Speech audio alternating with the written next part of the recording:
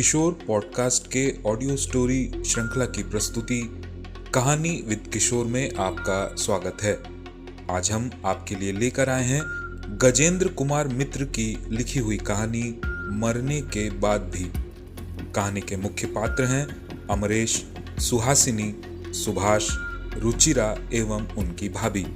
अमरेश के चरित्र में विवेक साहू, सुहासिनी के चरित्र में पल्लवी बनर्जी, रुचिरा के चरित्र में के जया, भाभी के चरित्र में तुली मुखर्जी। कहानी पाठ सूत्रधार एवं अन्य चरित्र में किशोर। लीजिए प्रस्तुत है मरने के बाद भी। जो मृत्युशैया पर हो उसे कौन कड़वी बातें कहना चाहेगा। तब भी बड़े दुखी मन से अमरेश के मुंह से ऐसी बातें निकल गई। आज 6 महीने से लेटी हुई है सुहासिनी, लाइलाज बीमारी। लेकिन स्वभाव में क्या थोड़ा सा भी बदलाव आया है? अमरेश की शादी को पूरे 8 साल हो गए हैं, लेकिन ये 8 साल ऐसे बीते जैसे कोई बुरा सपना हो। देर से शादी की थी अमरेश ने। इस उम्र में ज्यादातर लोग रोमांस के लिए शादी नहीं करते। वे शादी करते हैं गृहस्थी बसाने, शांति, रूटीन में आने और थोड़ी सी सेवा पाने के लिए। सुहाग रात को पत्नी के साथ पहला परिचय। उसने मन में कुछ सपने देखे जरूर थे, लेकिन उन सपनों को टूटने में ज्यादा समय नहीं लगा। सामान्य 2-4 बातों के बाद ही अपरिचय का अंतराल जैसे ही कम हुआ, सुहासिनी ने जानना चाहा था शादी के पहले अमरेश ने कितनी लड़कियों के साथ और कितना प्रेम किया था। वहीं से शुरू हुआ था सब, लेकिन खत्म नहीं हुआ। प्रश्नों के उत्तर पाकर भी सुहासिनी तृप्त नहीं हुई, अर्थात उसका संदेह नहीं मिटा। अमरेश के मन में भी यह प्रश्न जाग सकता है और उसे संदेह हो सकता है, इस बारे में सुहासिनी ने सोचा ही नहीं, जैसे यह हो ही नहीं सकता, असंभव। सीजर की पत्नी की तरह। फिर उसके बाद अमरेश को कभी भी शांति से रहने नहीं दिया। उस तरफ क्यों देख रहे थे? उस घर की वह बेशरम लड़की खिड़की पर खड़ी थी क्या? बार बार भाभी के घर क्यों जाना है? उस बुढ़िया को जब तक ना देख लो चैन नहीं आता ना तुम्हें? अब तक कहाँ थे? ऑफिस से तो 5 बजे ही छुट्टी हो जाती है। 9 बजे तक ऑफिस में ही थे। किसे बेवकूफ बना रहे हो तुम? जैसे मैं कुछ नहीं जानती, है ना? आज फिर इतनी देर क्यों? आज तो छुट्टी है। पिक्चर देखने गए थे? वो तो जाओगे ही, मुझे लेकर जाने में ही तुम्हारा समय खराब होता है। क्या कहा? दोस्त जबरदस्ती ले गए? कौन दोस्त? कौन कौन? रमेश ही होगा, साथ में देवी भी थी ना। और कुछ मत बोलो, इसीलिए ही इतनी देर हो गई। पहले ही बता देना था। 8:30 बजे शो खत्म हुआ है, घर लौटे हो 9:30 बजे। कितना खर्च करके आए देवी के पीछे?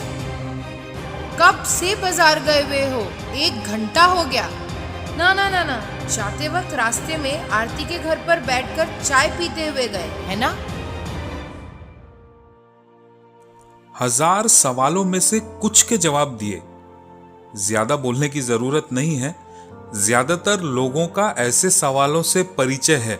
अपने मन से कुछ मीठा मीठा मिलाकर बाकी का तैयार कर लीजिएगा। सिर्फ सवाल होते तो इतना सोचने की जरूरत नहीं थी। घर में काम वाली 4 महीने से ज्यादा नहीं टिकती। जैसे भी हो उसको काम से निकाल ही देगी सुहासिनी, चाहे वो युवती हो या महिला। घर की खिड़कियां तक बंद करके रखनी पड़ती थी। सुहासिनी, सुहासिनी, दरवाजा खोलो। सुहासिनी। किसी तरह का विरोध करना व्यर्थ। मान, अभिमान, रोना धोना, भूखे पेट रहना, यह सब अस्त्र उसके तरकश के तीर थे। इसीलिए हर तरह की आशा उम्मीद का अमरेश ने विसर्जन कर दिया था। घर में रोज रोज की खिटखिट और अशांति से अमरेश इतना डर गया था कि रहने के लिए अगर एक कुआं भी मिल जाता तो वो वहां रह लेता। उस पर यह लाइलाज बीमारी, जो कि और भी असहनीय था। दिन भर कोई काम नहीं सिवाय लेटे लेटे पति पर शक करने के। सेवा करने के लिए किसी रिश्तेदार को बुलाओ तो उसके साथ भी झगड़ा कर लेती है सुहासिनी। खाना नहीं खाना, दवा नहीं लेना, यह सब तो सुहासिनी के ब्रह्मास्त्र थे। अमरेश का बस पागल हो जाना बाकी था और इस बीच वह सिर्फ इंतजार करता पत्नी की मृत्यु का। लेकिन मन में यह कभी भी स्वीकार नहीं कर पाता था कि वह पत्नी की मृत्यु चाहता है। और सबसे मजे की बात यह कि उसके मन की बात सुहासिनी भी जानती थी। प्राय कहती थी, सुनते हो, अब और देरी नहीं है। मेरे मरने से तुम्हें कितनी शांति मिलेगी ये मुझे अच्छे से पता है। और कितनी देर, बस हो ही गया है समझो। इतने दिन से झेल रहे हो, कुछ दिन और धैर्य बांध के रखो। मेरा अंत अब निकट ही है। एक बार चली जाऊं, उसके बाद खुशी से मजे लूटो। यह कुछ दिन भी तुमसे सहन नहीं हो पा रहा है। इतनी जल्दी मची है तुम्हें। उस दिन भी बात छिड़ी थी इसी विषय को लेकर। सेवा करने के लिए कोई नहीं है। अमरेश को भी अब ऑफिस से ज्यादा छुट्टी नहीं मिल सकती, तो उसने प्रस्ताव रखा था एक नर्स को रखने का। सुहासिनी को जैसे आग लग गई थी, जल उठी थी वो। हाँ, उसके बिना तुम्हारी तड़प मिटेगी कैसे? मैं इस कमरे में पड़े पड़े तड़पती रहूंगी और तुम नर्स को लेकर दूसरे कमरे में अय्याशी करोगे। और ज्यादा से ज्यादा महीने भर हूँ, उसमें भी तुमको सहन नहीं हो रहा है। जब तक तड़पा तड़पा कर मार नहीं देते चैन नहीं आएगा तुम्हें, है ना? उफ, पिशाच हो तुम। मरे हुए पे भी छुरी चलाते दया नहीं आती तुम्हें। मेरे मरने के बाद क्या करोगे ये मुझे अच्छे से पता है। कुछ दिन तो मुझे थोड़ी शांति से रहने दो। फिर भी कह देती हूँ, मरने के बाद भी ये मत सोचना कि मैं तुम्हें छोड़ दूंगी। जीवन भर तुमने मुझे सताया है, उसका बदला मैं मरने के बाद लूंगी। फिर से जन्म लूंगी, तुम्हारे आसपास ही जन्म लूंगी। साए की तरह तुमसे चिपकी रहूंगी, तुम्हारे साथ रहूंगी। जो मर्जी में आए करोगे वह मैं तुम्हें किसी कीमत पर करने नहीं दूंगी। अपना स्वार्थ त्याग कर भी इस तरह अकृतज्ञता मिले तो किसका दिमाग ठीक रहता है। खुद को संभाल नहीं पाया था अमरेश। कह दिया था उसने भी, मरने के बाद भी अगर जन्म मिलेगा तो इंसान नहीं, बिल्ली या कुत्ते का ही जन्म मिलेगा। और जितना जहर है तुम्हारे अंदर, सांप का ही जन्म मिलेगा तुम्हें। एक अद्भुत दृष्टि के साथ देखते हुए सुहासिनी ने कहा था, वही जन्म लेकर आऊंगी, देख लेना तुम। लेकिन यह सब तो बातें हैं। इन बातों को याद रखने की जरूरत नहीं है और किसी ने याद रखा भी नहीं। इस बात के 8-10 दिन के बाद सुहासिनी की मृत्यु हुई। मुक्ति और राहत की सांस लिया जरूर था अमरेश ने, लेकिन थोड़ा दुख भी हुआ था पत्नी के चले जाने का। बेचारी, उसको भी क्या कम तकलीफ हुई थी? सारा जीवन जिस ईर्ष्या के आग में अमरेश घिरा हुआ था, क्या उस आग में सुहासिनी भी नहीं जली थी? जीवन में शांति क्या होती है इसका तो अनुभव ही नहीं कर पाया उसने कभी। जिस पति को वह 1 मिनट के लिए भी अपने आंखों से ओझल नहीं होने देती थी, उसे ही हमेशा के लिए त्याग करके चले जाना पड़ा। दोस्त, यार, रिश्तेदार इसके बाद ही दूसरी शादी का प्रस्ताव लेकर आए थे। और सच में ऐसी भी कोई उम्र नहीं हो गई थी। 40-41 की उम्र में बहुत से लोग अभी पहली शादी करते हैं। घर पर भी तो कोई चाहिए, सिर्फ नौकर चाकर के भरोसे तो नहीं रहा जा सकता। कहने का मतलब अभी पूरी जिंदगी ही पड़ी हुई है। लेकिन अमरेश ने किसी की कोई बात नहीं सुनी। बाप रे, फिर से बहुत मुश्किल से तो रिहाई मिली है उसे। मुक्ति के आनंद में जैसे पागल हो गया था वो। जितनी मर्जी और जितनी देर तक मर्जी बाहर घूमना और रात में देर से घर आने में इतना आनंद है, किसे पता था।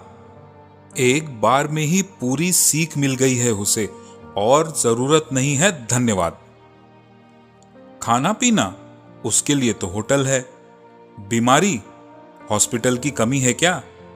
किसी ने मार तो नहीं डाला। अब मरने के बाद की बातें वह सोचता नहीं। जहां भी मरेगा वहां आसपास के लोग दुर्गंध के डर से लाश को हटाने की व्यवस्था कर लेंगे। यह सब शुरू के दिनों की खुशी है। बस इतना पता था उसे कि अभी कुछ दिन और इंतजार करना है। 1 साल बाद दिवाली में कुछ ज्यादा दिन की छुट्टी लेकर रायगढ़ गया अमरेश। वहां उसके घर के पास वाले बंगले पर सुभाष जी के साथ अमरेश की दोस्ती हो गई। वह लोग एक साथ ही भोर में झरने में नहाने जाते। दोनों की समान रुचि होने के कारण धीरे धीरे उनकी दोस्ती गहरी होती गई। सुभाष जी की 24-25 साल की बहन के साथ भी परिचय होने में देरी नहीं हुई और उनकी बहन रुचिरा ने भी यह जल्द पता कर लिया कि एक कम उम्र के नौकर के कंधे पर अमरेश के घर के देखरेख का भार है, जो कि बहुत ही बेस्वाद खाना बनाता है, चाय बनाता है पानी के जैसे और कोई भी काम ठीक से नहीं कर पाता, जिसके कारण 1-2 दिन में ही कुछ व्यंजन सुभाष जी के बंगले से अमरेश के बंगले में आने लगे। सुबह, दोपहर, रात और शाम को चाय का कप लेकर रुचिरा खुद ही आती थी। 1-2 दिन छोड़ छोड़ कर ही अमरेश को खाने का निमंत्रण आने लगा और उसने यह भी देखा कि उसके घर में सारी अस्त व्यस्त रहने वाली चीजें अब सलीके से ठीक जगह रहने लगी, जैसे कोई मायावी हाथ उसकी गैर हाजिरी में उसके घर को सुंदर से सजाकर चला जाता हो। ऋषि मुनियों ने शायद इसी को गृहस्थी का जाल कहा है। इतना कड़ा अनुभव होने के बाद भी धीरे धीरे अमरेश फिर से गृहस्थ जीवन के सपने संजोने लगा। सुविधा भी थी। प्रस्ताव वधू पक्ष से ही पहले आया। सुभाष ने आखिर एक दिन कह ही डाला, ऐसे और कितने दिन चलेगा? अमरेश जी, फिर से गृहस्थी बसाइए। और वैसे तो हम लोग आपके पड़ोसी ही हैं। रुचिरा अच्छी लड़की है, पढ़ी लिखी है।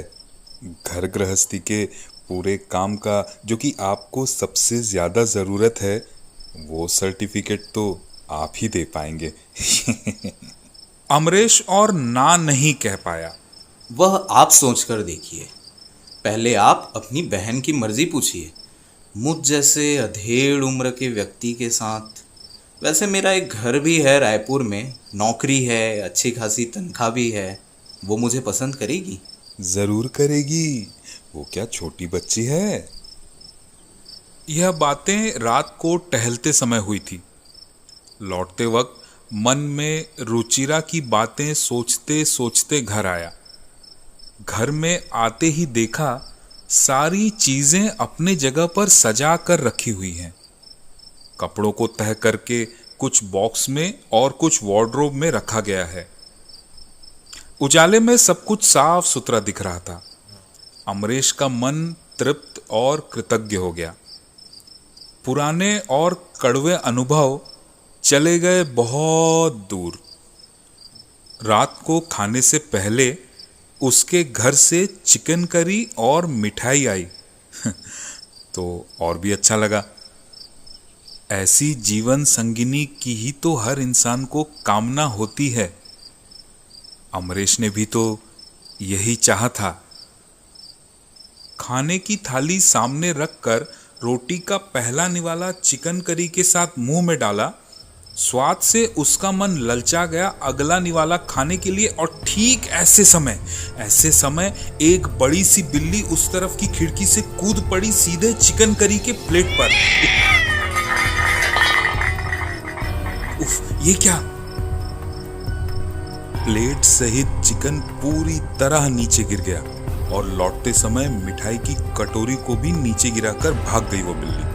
हड़बड़ाकर उठ बैठा नौकर राजू और अमरेश भी। अरे देखो ये हटा, क्या सब।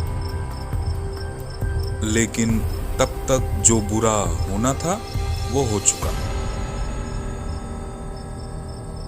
पलक झपकते ही जैसे सब कुछ हो गया। रुचिरा और उसकी भाभी भी दौड़ के आ गए देखने के लिए।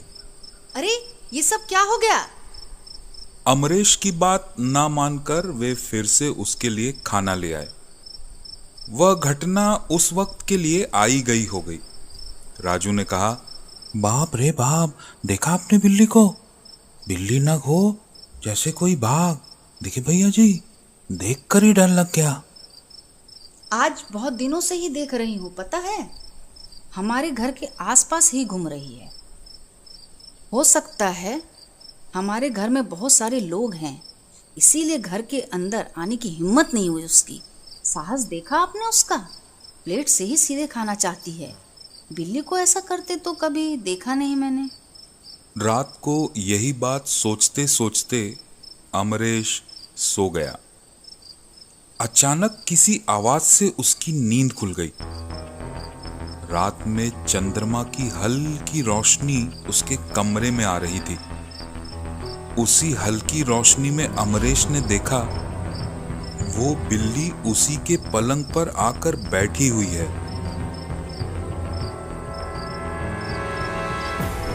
और उसी की तरफ देखकर एक अजीब सी आवाज निकाल रही थी।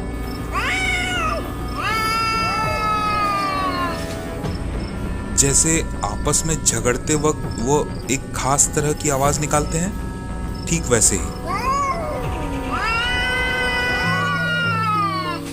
वह दृश्य इतना अद्भुत, इतना अकल्पनीय था कि देखते ही अमरेश डर गया। और उसके चिल्लाने के वजह से ही शायद वह डर के भाग गई। राजू तो नींद से उठकर जैसे कूद ही पड़ा। भैया क्या हुआ? भैया क्या हुआ? लेकिन उसका जवाब अमरेश को देना नहीं पड़ा। उसके बाद ही पास वाले घर से एक औरत की दर्द भरी आवाज। दोनों ने दौड़कर जाकर देखा वो बिल्ली नींद में सोई हुई रुचिरा को नोच के भाग गई। किसी एक मृत्यु शैया पर सोई हुई यात्री की बातें अमरेश को याद आने लगी। मरने के बाद भी ये मत सोचना कि मैं तुम्हें छोड़ दूंगी, फिर से जन्म लूंगी, तुम्हारे आसपास ही जन्म लूंगी।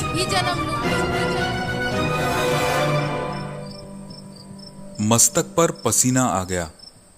हाथ से पसीना पोंछते हुए अमरेश ने देखा उसके हाथ थर थर कांप रहे थे। अमरेश और एक दिन भी रायगढ़ में नहीं रुका। उसने सुभाष को बताया, सुनिए, एक जरूरी काम याद आ गया।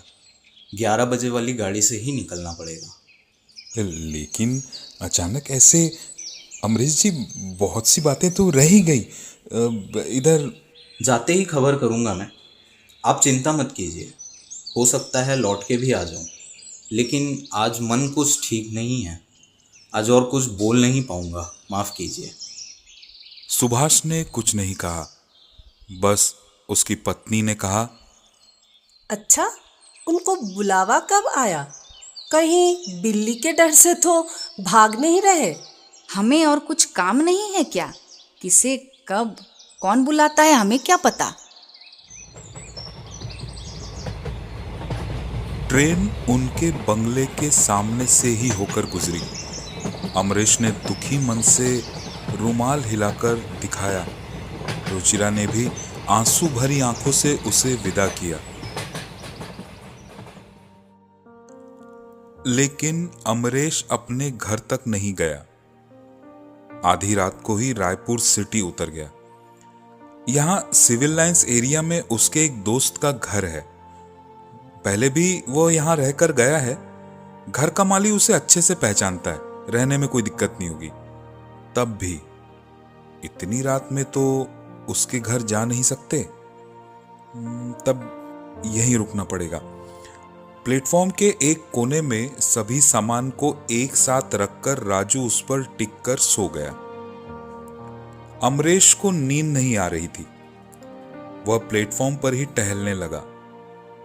कितनी ही ट्रेनें आई और चली गई। ट्रेन के आते ही यात्रियों की दौड़-भाग, कुलियों का विवाद, वेंडर्स की आवाज, सब कुछ मिलाकर जो कोलाहल होता है, स्टेशन पर थोड़ी देर के लिए जो एक जान सी आ जाती, उससे अमरेश का मन थोड़ी देर के लिए बहल जरूर जाता। लेकिन अगले ही पल सब कुछ पहले जैसा, कहीं कोई आवाज नहीं, सब कुछ निशब्द, कोलाहल हो जाता है शांत। तब फिर से अमरेश का मन अपने दुर्भाग्य के पास लौट आता। उस बात को सोच रहा है अमरेश। पूरे दिन भर वो यही सोचता रहा। क्यों हुआ उसके साथ? क्या उसके भाग्य में ही यह सब होना लिखा है? 8 साल की वैवाहिक जीवन में एक दिन भी शांति से नहीं रहने दिया सुहासिनी ने। मरने के बाद भी क्या चैन से नहीं रहने देगी? यह कैसी ईर्ष्या है उसकी। लेकिन पूर्व की आकाश में सूर्योदय के साथ ही उसके मन को एक आश्वासन मिला। पिछली रात को उसके मन में जो ख्याल आ रहे थे, उनको उसने त्यागा नहीं। लेकिन सुबह के समय भोर में उसे यह भी लगा कि यह सारा कुछ एक कल्पना तो नहीं है। हो सकता है वह एक साधारण बिल्ली थी, जंगली बिल्ली, और उसकी कल्पना ने उसे रुचिरा के बारे में फिर से सोचने पर मजबूर कर दिया। ना, ठीक नहीं हुआ।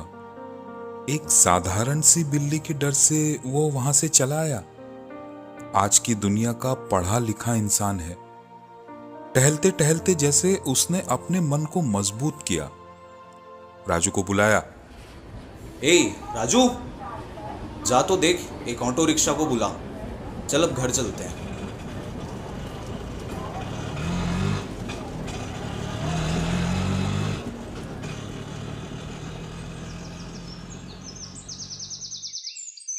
जब वह सिविल लाइंस पहुंचे तब तक काफी उजाला हो चुका था। माली ने उनको देखकर खुशी से स्वागत किया। फाटक खोल के जल्दी से सारा सामान उतार लिया। भैया, उसी कमरे में रहेंगे ना, पूर्व की तरफ वाले? आपको तो वही पसंद है। हाँ भाई, वही कमरा खोल दो। बागीचे में रंग बिरंगे फूल खिले हुए हैं।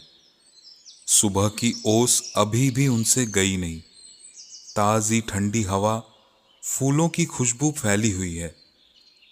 कमर से चाबी का गुच्छा निकालकर माली ने कमरे को खोलने के लिए आगे बढ़ा। उसके पीछे अमरेश और उसके पीछे सूटकेस और बाकी का सामान हाथ में लिए राजू। कमरा बंद है, दरवाजे, खिड़की, सब कुछ। शायद बहुत दिनों से ऐसे ही बंद था।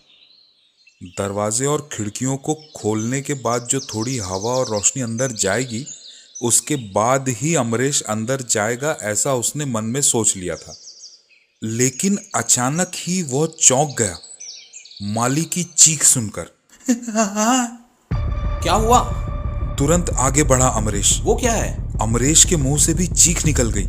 कमरे के अंदर एक बड़ा सा भयानक काला कुत्ता, थोड़ा दुबला पतला जरूर था, लेकिन जीभ निकालकर हाँफ रहा था और अपनी खूंखार आंखों से उन दोनों की तरफ घूर घूर के देख रहा था।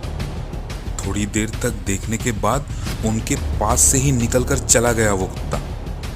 माली की आंखें चौंधिया गई थी, हाथ पैर कांप रहे थे उसके। यह कुत्ता कहाँ से आ गया भैया?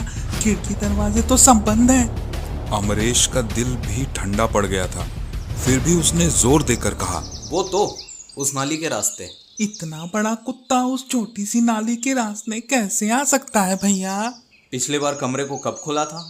उसी समय शायद अंदर आकर बैठा रहा होगा। पिछली बार कमरा खोला था वह तो 1 महीना हो गया भैया। हाँ, 3 दिन पहले खोला था। कुछ न्यूज़पेपर वहां पर रखे हुए थे, वही लेने। आप जब पिछली बार आए थे तब से रखे हुए थे। वो अभी सिर्फ 1 मिनट के लिए ही खोला था। हो सकता है उसी बीच में घुसकर बैठ गया होगा और फिर निकल नहीं पाया, या फिर नाली से ही घुसा होगा। ये किसी तरीके से घुस तो जाते हैं लेकिन निकल नहीं पाते। जैसे खुद को ही समझाना चाह रहा था अमरेश। दोपहर को थकान के कारण आंखें भारी हो रही थी, लेकिन फिर भी उसे नींद ठीक से नहीं आई। रुचिरा की नम आंखों की याद और उसके साथ हल्के उजाले में वह बड़ी सी बिल्ली का भयानक रूप, ईर्ष्या से जैसे जलती हुई सुहासिनी की आंखें, यह सब कुछ उसको सपने में बारी बारी से दिख रहे थे। आखिरकार शाम को बगीचे में चाय पीते पीते मन में ठान ही लिया अमरेश ने, वह अपनी किस्मत के साथ लड़ के ही रहेगा। उसने तो कभी कोई पाप नहीं किया, फिर भी उसे क्यों सजा मिल रही है? क्यों सहेगा वो ये दर्द? बिना किसी दोष के तो विधाता उसे दंड नहीं देंगे। उसने तभी बैठकर सुभाष को एक चिट्ठी लिख दी। यदि कोई आपत्ति ना हो और रुचिरा की मर्जी हो तो वह इस विवाह को अपना सौभाग्य मानेगा।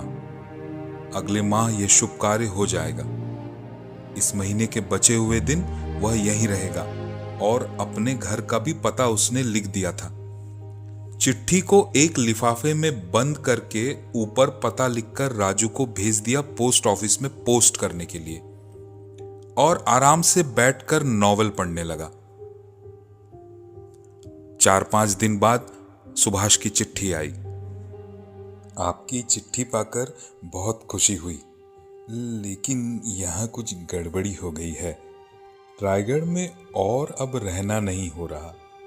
कल शाम को टहल के लौट रहे थे, रुचिरा का पैर शायद किसी सोए हुए कुत्ते के ऊपर पड़ गया। उसने उठकर ही रुचिरा को काट लिया। अब यहाँ तो एक ही डॉक्टर है, उसने जो करना था किया, लेकिन बड़े डॉक्टर के पास इंजेक्शन लगवा लेना ही उचित होगा, क्योंकि उसके बाद वह कुत्ता दिखा ही नहीं। क्या पता पागल था या नहीं। ट्रेन आपके शहर से होते हुए ही निकलेगी, हो सके तो मिलने आइएगा। शंका व डर से आंखें छोटी हो गई अमरेश की। सोच रहा था कहीं उसके दुर्भाग्य के साथ रुचिरा को जोड़ना ठीक होगा कि नहीं। बिना किसी दोष के अगर उसका भी नुकसान हुआ। उसके बाद उसने यह भी सोचा कि वह भी तो बिना किसी दोष के इतनी यातना सह रहा है, फिर वह क्यों चिंता करेगा रुचिरा की? वह भी स्वार्थी हो जाएगा। कितने दुर्भाग्य के बाद थोड़ा सा भाग्य का सुख अगर उसको मिला है तो वह यह अवसर किसी भी कीमत पर नहीं छोड़ेगा। दम से लड़ेगा वह उस अदृश्य से। जरूरत पड़ी तो अपने जान के साथ साथ रुचिरा की भी जान बचाएगा। दिक्कत क्या है? आधी रात को ट्रेन रायपुर आकर रुकी स्टेशन पर। उनको ढूंढने में दिक्कत नहीं हुई। रुचिरा ट्रेन की खिड़की से बाहर देख रही थी। अमरेश के आने पर बाकी लोग भी जाग गए। इतनी रात को स्टेशन आए हैं ननद जी को देखने, अभी से इतनी चिंता? भाभी आप भी ना। आप भी आइए ना अमरेश जी, एक साथ ही चलते हैं। नहीं नहीं, सारा सामान यहीं पड़ा हुआ है। कम उम्र का नौकर है, अकेले डरेगा। ट्रेन चली गई और जाने के पहले रुचिरा ने खिड़की से अपना हाथ बाहर निकाला था। और उसके हाथ पर अपना हाथ रखकर अमरेश ने धीरे से दबाया था। मन बहुत खुश है आज। सीटी बजाते बजाते लौटा अमरेश। रिक्शा से उतरकर माली को बुलाते ही उसने दरवाजा खोल दिया। राजू को भी उसी ने ही बुला दिया।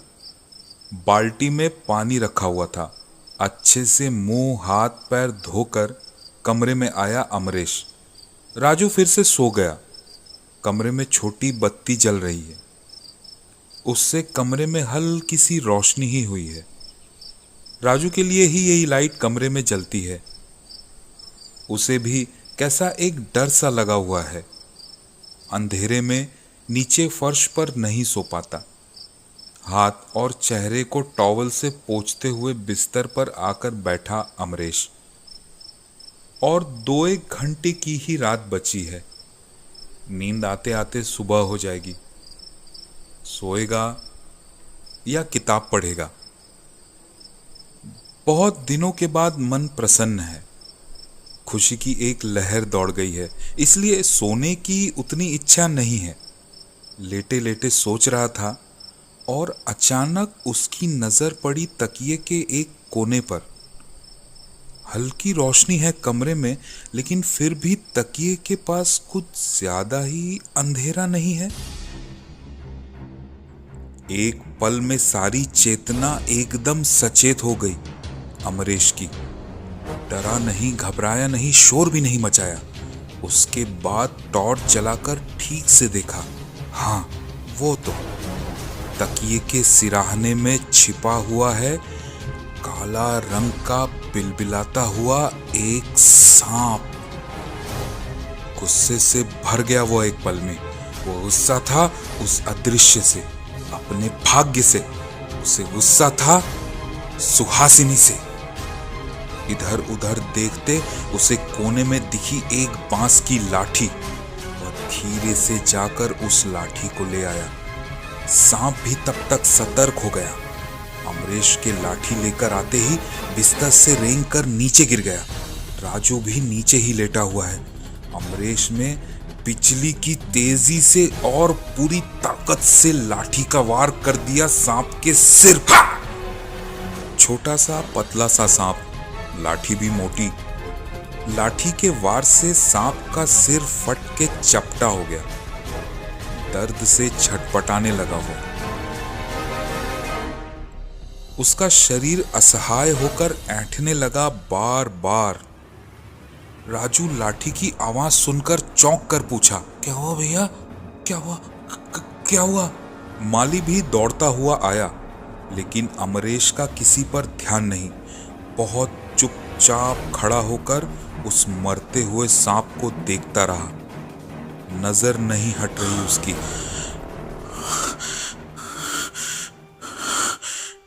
खुशी मिली उसको। हो गया वो निश्चिंत। यह अमरेश भी नहीं जानता।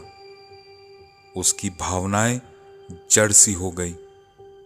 उसे अब किसी पर गुस्सा नहीं आ रहा था, बल्कि जैसे अपने किए पर ही शर्मिंदा था। एकटक देखता रहा।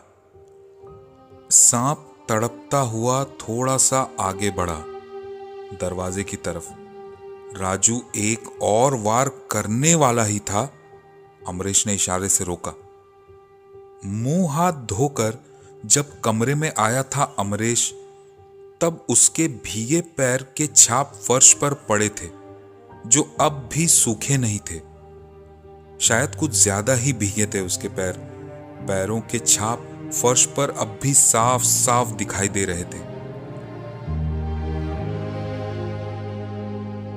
फटे हुए सिर के साथ तड़पता हुआ सांप का शरीर किसी तरीके से उन पैरों के छाप के ऊपर आकर शांत हो गया। शायद इस बार मौत ही हो गई उसकी। हो सकता है दर्द की तड़प और प्यास ने ही उसे खींच कर लाया था पानी से गीले पैरों के छाप के ऊपर।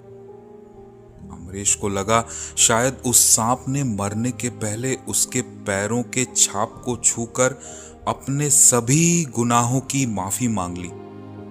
पता नहीं क्यों आज उसे सुहासिनी के लिए बुरा लगा। बेचारी,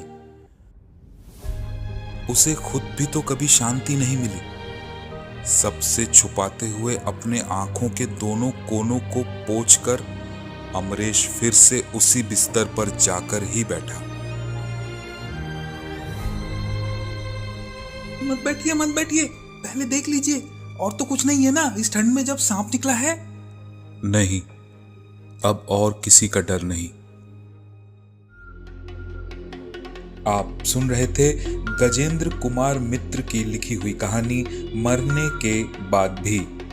कहानी आपको कैसी लगी हमें कमेंट सेक्शन में ज़रूर बताएं। चैनल को सब्सक्राइब करें, लाइक करें, शेयर करें। मिलते हैं अगली कहानी में, तब तक के लिए नमस्कार।